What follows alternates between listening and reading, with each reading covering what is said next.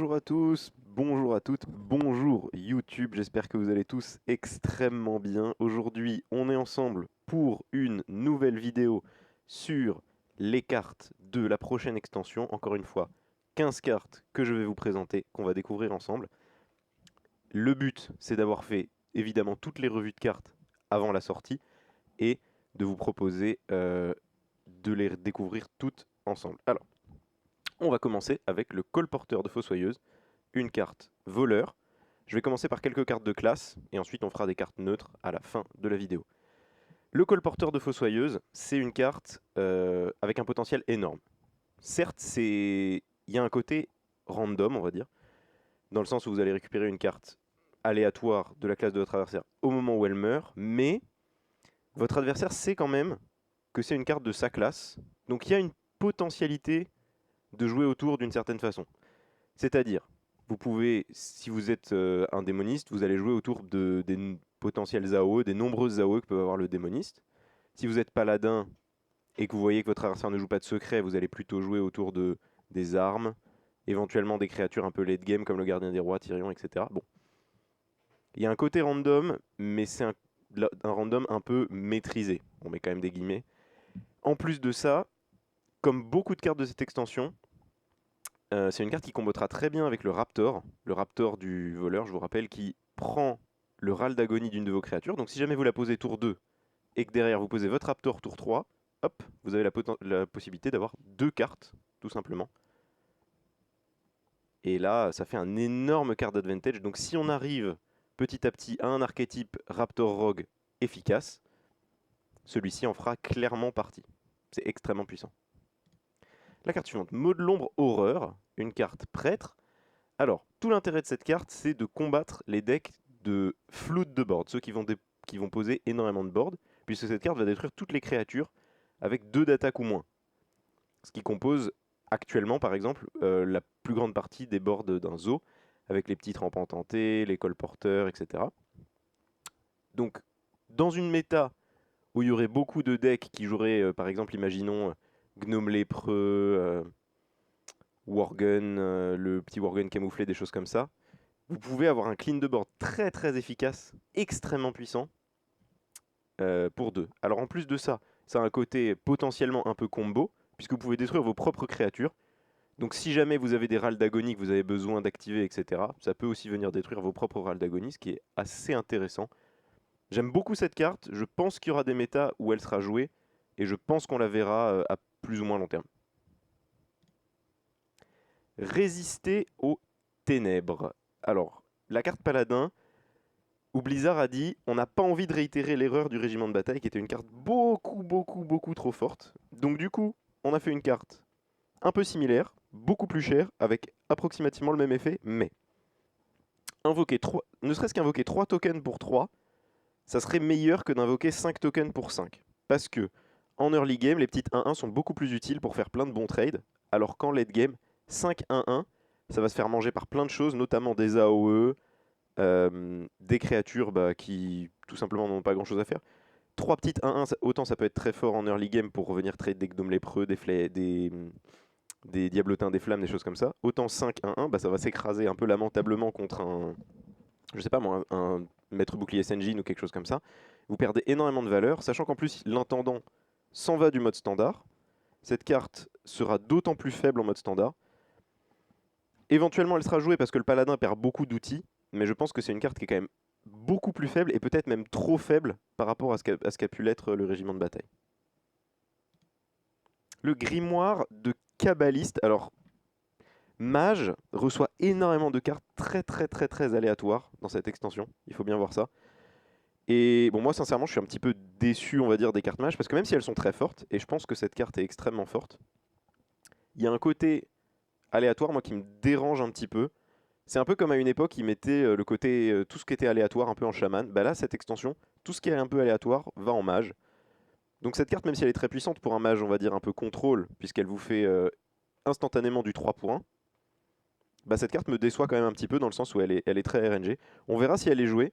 Et si elle est jouée dans des archétypes un peu, on va dire, casino mage, plus contrôle, bah ça peut engendrer des choses qui sont pas forcément très bonnes pour le côté compétitif de Hearthstone. Voilà, donc on va voir. On va voir si cette carte sera jouée. Le second de Enzot. Alors c'est un early game guerrier. Les gens se sont un peu disputés pour savoir si cette carte était bien ou pas. Personnellement, je la trouve très très très intéressante. Alors pour 1, c'est une 1-1, donc les stats sont pas très bonnes. Mais ce petit crochet 1-3, il peut faire énormément de choses. On a vu la puissance que pouvait avoir l'arme 1-4 du régiment de bataille. C'est ce qui fait toute la force de la carte en fait. La petite arme 1-4 en plus des 3 tokens, c'est vraiment extrêmement puissant. Là pareil, ce petit crochet 1-3, il peut vous permettre de faire tellement de trades en early. Alors je sais qu'il y a la petite hache du guerrier qui est très très puissante, mais vous ne l'avez pas toujours. Donc je me dis que ce petit second, dans certains archétypes guerriers, je ne sais pas encore lequel, je ne sais pas encore pourquoi, mais à mon avis cette carte peut avoir un réel intérêt contre des decks qui ont pour but de mettre énormément de présence très très vite sur le board via des cartes qui ont 1 ou 2 points de vie. Comme les râles d'agonie disparaissent un petit peu, tout ce qui va pouvoir tuer les créatures rapidement sera extrêmement efficace. Donc à mon avis cette carte sera jouée un peu, pas forcément beaucoup, mais sera jouée un petit peu dans des decks un peu niche, mais ça me paraît être une carte extrêmement intéressante avec beaucoup de potentiel. Le gardien du bourbier. Alors ça c'est pour moi actuellement une des meilleures cartes de l'extension, une des plus puissantes.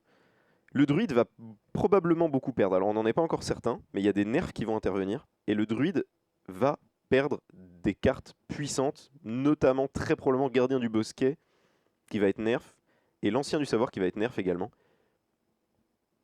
Et probablement la combo, et Blizzard va vouloir pousser les archétypes druide ramp, c'est-à-dire les archétypes qui, comme dans Magic, comme dans beaucoup de TCG, il y a des archétypes qui peuvent jouer des cartes plus grosses, plus vite que d'autres, en augmentant un peu leur capacité sur la courbe de mana. Ici, c'est exactement le but de ce gardien du bourbier, mais en plus de ça, en plus d'avoir la capacité de vous donner ce mana de plus de façon permanente, il a la capacité, quand vous êtes à votre maximum de mana, ou bien quand tout simplement vous avez besoin d'avoir une position solide sur le board, il vous donne la possibilité d'avoir une petite 2-2 sur le board, et donc d'avoir une 3-3 et une 2-2 pour 4, c'est extrêmement fort, hein. Ça fait 5 de stats pour 4 de mana. En comparaison d'un Yeti c'est 4-5, c'est déjà des très très bonnes stats. Ici en plus, ça peut vous permettre de séparer vos trades dans le cas où votre adversaire aurait une grosse présence sur le board, de plus petites créatures. Donc c'est vraiment vraiment très très très fort. À mon avis, c'est une des cartes qui sera le plus jouée dans toutes celles qu'on présente aujourd'hui. Ok, Parjurer les ténèbres. Alors ça, c'est pour le coup, c'est la carte un peu plus... on va dire, Blizzard, dans son TCG, Hearthstone, veut sortir des cartes fun. De temps en temps, on va sortir des cartes qui sont là pour que les youtubeurs fassent des vidéos YouTube marrantes, pour que les gens s'amusent tout simplement sur le ladder ou dans des parties casuales, pour aller faire des bras de fer un peu cool, etc. Bah, Parjurer les ténèbres, c'est typiquement ce genre de carte. Ça remplace votre pouvoir héroïque et vos cartes de démoniste par ceux d'une autre classe.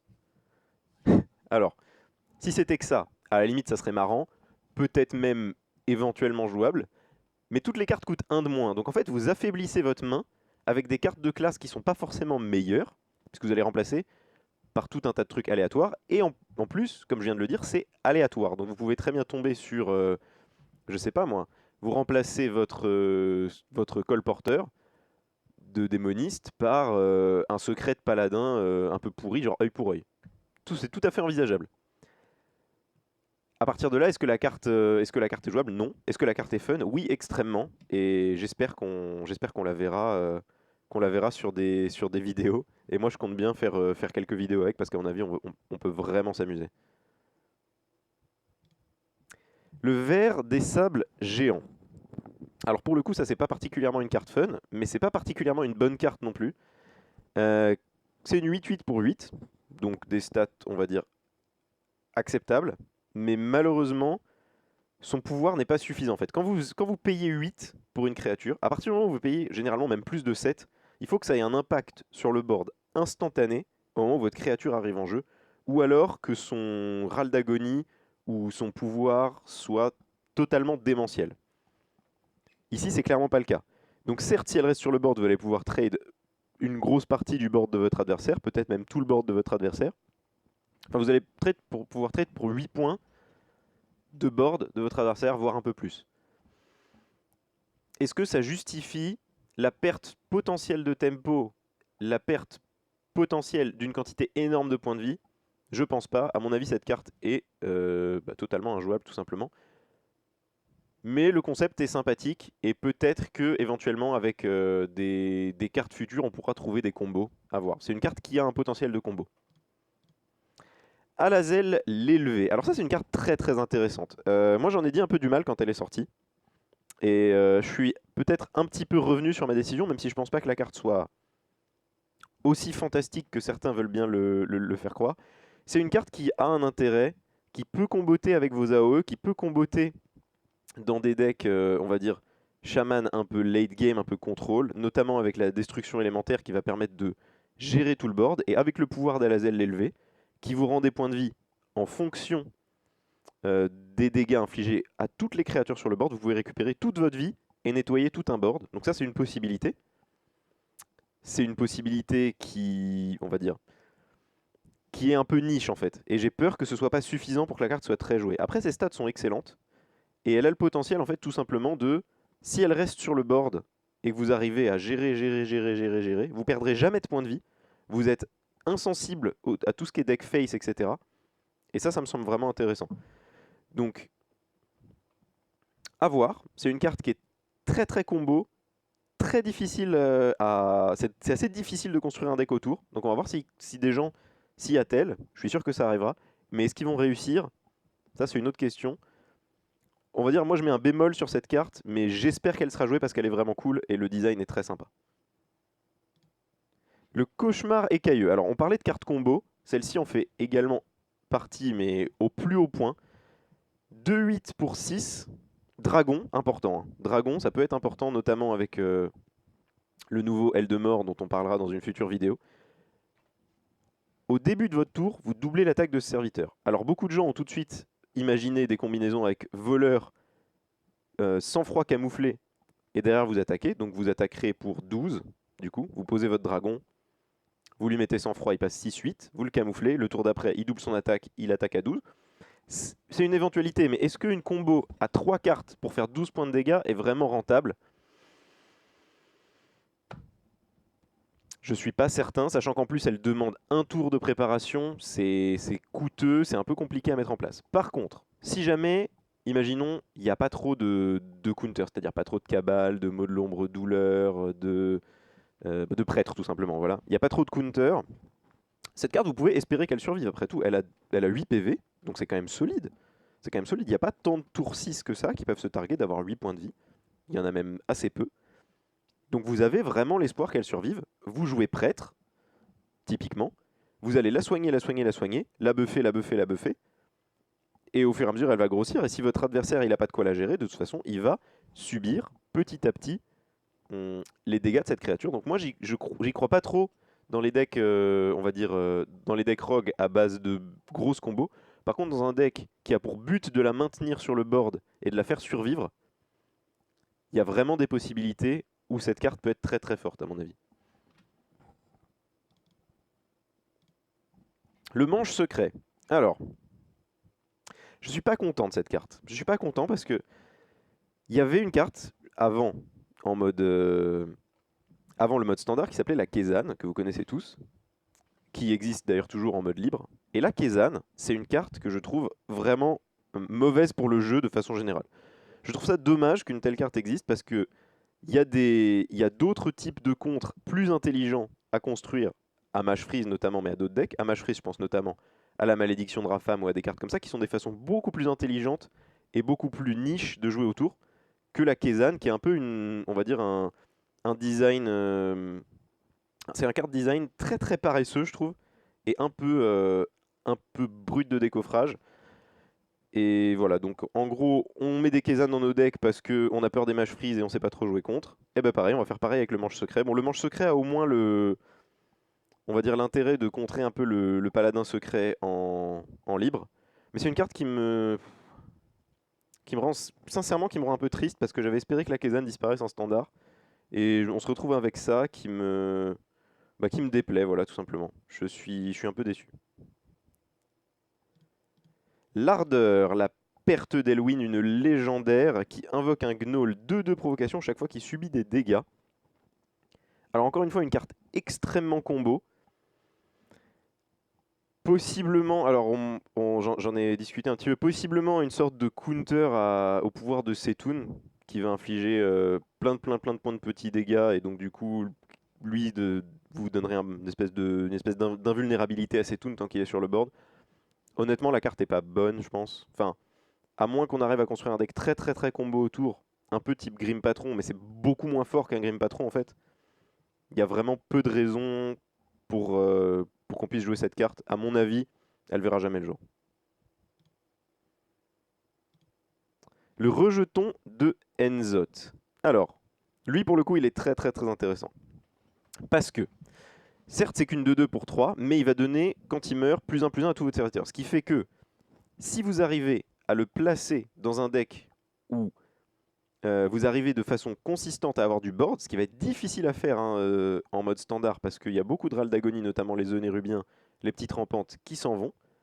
Si vous arrivez à faire ça, le rejeton, si vous arrivez à le tuer, on va dire, sous vos propres conditions, ça peut être un game changer énorme. Donc je ne sais pas encore si on aura la possibilité de le jouer, mais si on arrive à en faire quelque chose, ça peut être une carte clé dans certains decks. Ça peut vraiment être la carte qui change tout, quoi. Donc très intéressante, j'aime beaucoup cette carte. Le card design est très bien. C'est ni trop fort ni trop faible. Ça me semble très intéressant. La tentacule de Enzot. Alors, pour le coup, c'est un peu une espèce de, on va dire, mini goule instable / mini mouton explosif. Alors, le pouvoir est intéressant, hein. Un point de dégâts à tout le board, ça peut avoir un intérêt, notamment en guerrier, etc. Mais je pense qu'il y a mieux pour comboter. Autant jouer directement tourbillon ou des choses comme ça, qui sont un peu plus polyvalentes. Le body 1-1 est pas indispensable. Je pense que c'est une carte qui, si elle est jouée, sera, on va dire, une carte extrêmement niche. Ce sera dans un seul deck, potentiellement une sorte de Grim Patron ou quelque chose comme ça. Personnellement, j'imagine pas trop cette carte étant jouée, mais c'est une carte combo, donc à voir. Il y a du potentiel, on peut pas savoir actuellement si elle sera jouée. Et enfin, on arrive au big boss de la vidéo, le patron, le papa, Enzot, le corrupteur, qui réinvoque tous vos râles d'agonie. Vous vous souvenez au tout début de la vidéo, je parlais du colporteur, du nouveau colporteur pour voleur, le colporteur de fossoyeuse, qui vous donne une carte aléatoire de la classe de votre adversaire. Eh bien, Enzot le fera revivre. Alors, il peut faire revivre plein d'autres choses. Et c'est ce qui le rend potentiellement intéressant dans les nouveaux archétypes voleur raptor, dans des nouveaux archétypes qui vont se baser autour du râle d'agonie. Alors on a quelques cartes déjà de râle d'agonie qui sont apparues dans l'extension. Je pense notamment à Xaril, la carte voleur également, qui vous donne une petite toxine quand elle meurt. Voilà, il y en a pas mal. Et c'est une carte, encore une fois, qui va se construire, qui va conditionner toute la construction de votre deck. À partir de là, comme Setun en fait, les dieux très anciens, Setun et Enzot conditionnent toute la construction de votre deck autour d'eux. Et comme Setun, c'est difficile de pouvoir dire si la carte est suffisamment forte pour que la construction totale d'un deck autour de cette carte soit valable. Donc ça va demander énormément de tests, énormément de travail. Personnellement, j'espère, parce que c'est un card design que j'aime beaucoup, et je pense que la carte est très intéressante, j'espère que la carte est viable. Malheureusement, on perd le Crash Vase. Le Crash Vase aurait rendu cette carte viable à 100% parce que vous auriez joué Enzot, vous auriez eu Crash Vase qui pop, et vous auriez instantanément eu un taunt et un impact sur le board au moment où vous la jouez. Actuellement, c'est plus difficile d'avoir des taunts avec Râle d'Agonie qui soient vraiment solides. L'abomination, c'est moyen. Donc du coup, quand vous jouez cette carte, vous êtes potentiellement à nu face à l'agression adverse. Et ça, c'est dangereux. Mais au-delà de ça, c'est un tel impact sur le board, peut-être. Donc voilà. Il va falloir essayer des decks, tester des decks, construire des decks, voir si ça fonctionne. Personnellement, j'espère. On verra bien. Sur ce, j'espère que ça vous a plu. N'hésitez pas à me laisser un peu de feedback dans les commentaires sur l'ensemble de cette vidéo. Si vous avez des idées de combos, parce qu'on a vu beaucoup de cartes un peu combo dans cette vidéo, n'hésitez pas à les écrire dans les commentaires également. Moi, je vous fais plein de bisous et je vous dis à la prochaine. Ciao, ciao!